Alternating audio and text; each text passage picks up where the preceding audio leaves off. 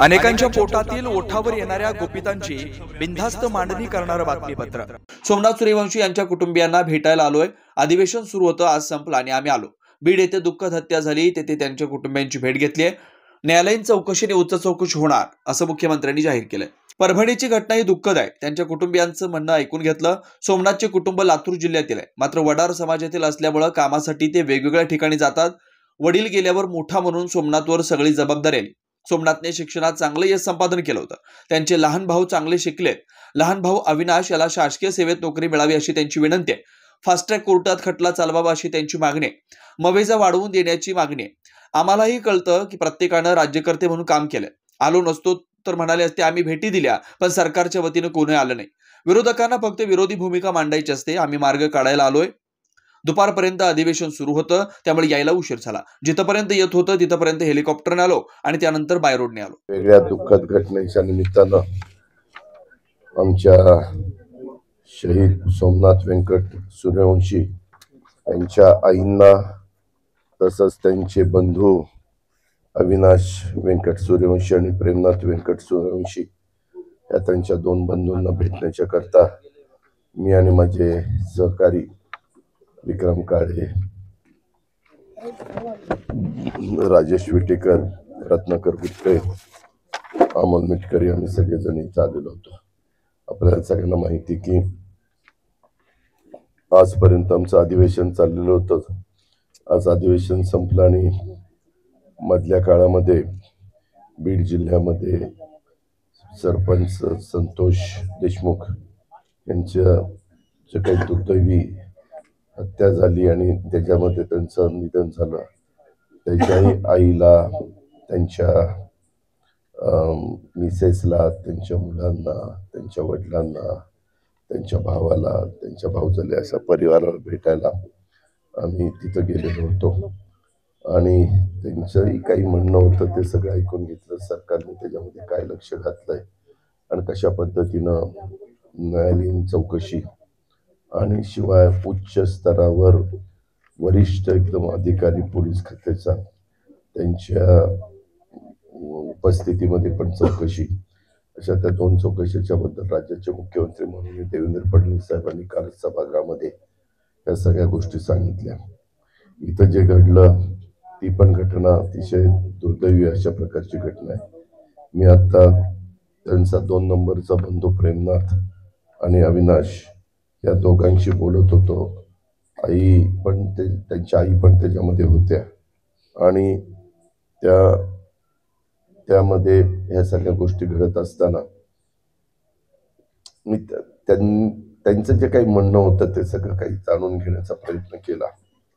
हा लॉचं शिक्षण घेण्याच्या करता, परीक्षा देण्याच्या करता इथं आलेला होता आणि त्याच्याबद्दलची माहिती त्यांनी दिली। तसं बघितलं तर हे कुटुंब हे लातूर जिल्ह्यातलं, पण कामधंद्याच्या निमित्तानं हे अनेक ठिकाणी वडार समाजामध्ये हे मोडतात आणि दगडाच्या व्यवसायाच्या निमित्तानं ते मागे भोसरी आमच्या पिंपरी चिंचवड मधलं, तसंच तिथं चाकणच्या परिसरामध्ये दगड फोडायचं काम त्यांचे वडील करायचे, पण दुर्दैवाने 2017 साली त्यांचं दुःखद निधन झालं आणि त्याच्यानंतर मोठा भाऊ यांना त्यांनी सोमनाथवर सगळी जबाबदारी आली आणि सोमनाथचं एकंदरीत आजपर्यंत जे काही वागणं होतं, जे काही शिक्षणामध्ये त्यांनी यश संपादन केलेलं होतं, अतिशय हुशार अशा प्रकारची हा मुलगा होता आणि त्याचे भाऊ प्रेमनाथ सूर्यवंशी हे देखील चांगल्या प्रकारे शिकलेले आहेत, त्यांना सध्या चांगल्या प्रकारची नोकरी आहे।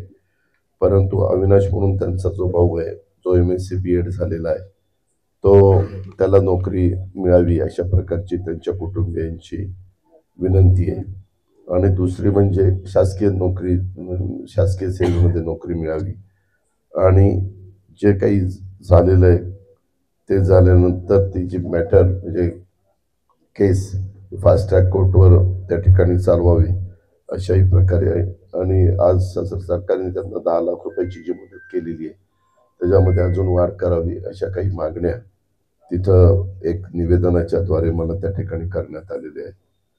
ही घटना कुणाच्याच बाबतीमध्ये घडू नये हे प्रत्येकाला वाटत असतं आम्हाला हेही कळतं की असे काही आर्थिक मदत करून गेलेली व्यक्ती येत नसते, परंतु त्यांचं कुटुंब देखील कुठं उघड्यावर राहू नये, त्यांच्या पुढं देखील त्यांचं व्यवस्थितपणे सगळी संसार त्या ठिकाणी व्हावा ही साहजिकच अपेक्षा त्यांच्या कुटुंबियांची आणि इतरांची पण आहे. स्वतः मुख्यमंत्र्यांनी सांगितलं नाही, मग मुख्यमंत्र्यांनी ज्या गोष्टी सांगितलेल्या त्या पुन्हा मी रिपीट करण्याचं काही कारण नाही, ते तर स्वतः मुख्यमंत्र्यांनी सांगितलेलं आहेच. आणि ते लोकनेते विजय वाकोडे यांच्या पण कुटुंबियांना भेट देण्याच्या करता मी तिथं जाणार, त्यावेळेस मी त्यांच्याशी चर्चा करीन. त्यांनी तुम्ही जे विचारताय त्यांनी त्याच्यामध्ये मागणी अशी केलेली आहे की नवामोंडा पोलीस स्टेशन परभणी येथील जे पोलीस कर्मचारी या चौकशीमध्ये दोषी आढळतील, ज्यांच्यामुळं शहीद सोमनाथ व्यंकट सूर्यवंशींचं दुःखद निधन झालंय, हा शहीद झालाय, त्यांना निलंबित करून त्यांच्यावर खुनाचा गुन्हा दाखल करण्यात येऊन सदर प्रकरण फास्ट ट्रॅक कोर्टात चालवण्यात यावं अशा प्रकारची त्यांची मागणी आहे.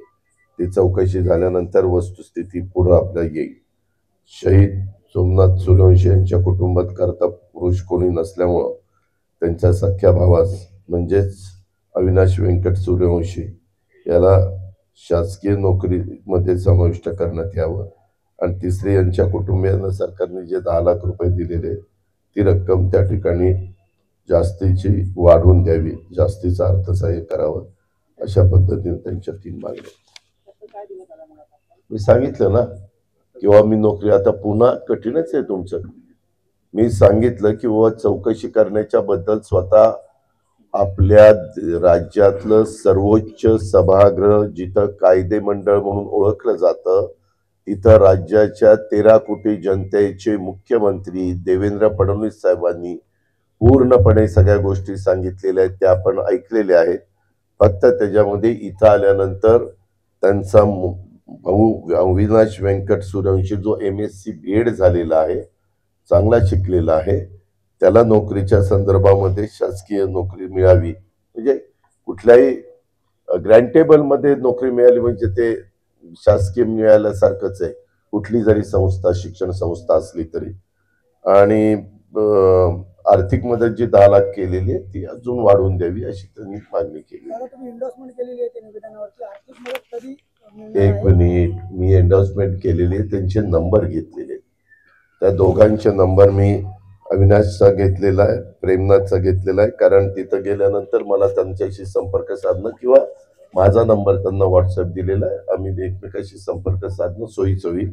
कारण बऱ्याचदा एखादी घटना ताजी असते त्यावेळेस सगळं त्याचा प्रत्येक जण म्हणतं आम्ही मदत करू, आणि जशी जशी घटना त्याला उशीर व्हायला लागतो किंवा जुनी होती त्यावेळेस प्रत्येक जण त्या गोष्टी विसरून जातो, तसं होता कामा नये म्हणून मी त्या पद्धतीनं माझी नोंद करून घेतलेली. एकूणच राज्यातल्या या घटनांवरून विरोधकांकडून वेगवेगळे आरोप केले जातात, काय वाटतं? त्या सगळ्या आरोपाला राज्याच्या प्रमुखांनी व्यवस्थितपणे उत्तर दिलेलं आहे, आपण बघितलंय. त्यामध्ये कुठलंच कोणीच राज्यकर्ते असताना अशा प्रकारच्या घटना घडू नये हीच प्रत्येक राज्यामध्ये काम करणाऱ्या मुख्यमंत्र्यांची आणि सरकारची अपेक्षा असते. आणि त्याच्यामुळं बीडमध्ये घडलेल्या पण घटनेची अतिशय वरिष्ठ पातळीवर नोंद घेऊन न्यायाधीशांच्या मार्फत आणि उच्च दर्जाच्या पोलीस अधिकाऱ्यांच्या मार्फत ही चौकशी करून स्वतः मुख्यमंत्र्यांनी सांगितलेलं आहे, याच्यात जी कलम कडक असतील, मग कुणाला मोका लावणं असेल, कुणाला त्याच्यामध्ये जे दोषी असतील त्यांना फाशीची शिक्षा असेल, जे काही कायद्याने नियमाने गोष्टी असतात त्या ठिकाणी केल्या जातील. इथं पण ही MC मध्ये एक घटना घडली, PC मध्ये घडली नाही. MC मध्ये तुम्हालाही सगळ्यांना मी त्याचे फोन करून सांगण्याचं कारण नाही, त्याच्यावर त्याच्याही बद्दलची इत्थंभूत चौकशी सुरू केलेली आहे. तशा प्रकारचे आदेश मुख्यमंत्री महोदयांनी दिलेले आहे आणि त्याच्यातनं जे काही पुढे येईल ते पुढे आल्यानंतर जो दोषी असेल त्याच्यावर पण कडक अशा प्रकारची कारवाई केली जाईल. काही तासापूर्वी पवार साहेब आले होते, ते म्हणाले की केवळ भेटी देऊन आणि घोषणा करून काही होणार नाही, प्रत्यक्ष कारवाई केली पाहिजे सरकार. आम्हालाही कळतंय, हे सगळ्यांनी प्रत्येक जणांनी राज्यकर्ते म्हणून काम केलेलं आहे. भेटी नसत्या दिल्या तर सांगितलं असतं बघा आम्ही भेटी दिल्या पण सरकारच्या वतीने कोणी आलं नाही, हे बोलायचं असतं. विरोधकांना नुसतं विरोधीच भूमिका मांडायची असते. आम्ही मार्ग काढायला आलोय, त्याच्यातनं व्यवस्थितपणे त्या कुटुंबाचा जो आधार तुटलेला आहे ते कुटुंब त्याच्यातनं खचून न जाता पुन्हा त्याला कसं उभं करता येईल, पुन्हा ते व्यवस्थितपणे रांकेला त्याच्या आईच्यावर दुःखाचा जो डोंगर कोसळलेला आहे, त्याच्या भावावर, दोन्ही भावांच्यावर, या सगळ्या गोष्टी करण्याच्या करता आम्ही आलेलो आहे. आम्ही काही, आणि तुम्हाला माहिती आहे आज दुपारपर्यंत सभागृह चालू होतं. तेव्हा दुपारी सभागृह संपलं की आम्ही लगेचच तिथं निघालो आणि थोडा उशीर झाला त्याच्यामुळे बाय रोड होता, इकडे यावं लागलं. जिथपर्यंत उजेड होता तिथपर्यंत विमानाने हेलिकॉप्टरनी त्या ठिकाणी पोहोचण्याचा प्रयत्न आम्ही लोकांनी केला. ठीक आहे, धन्यवाद. बेधडक निर्भीड बिनधास्त मांडणी करणारा खबऱ्या लाईव्ह.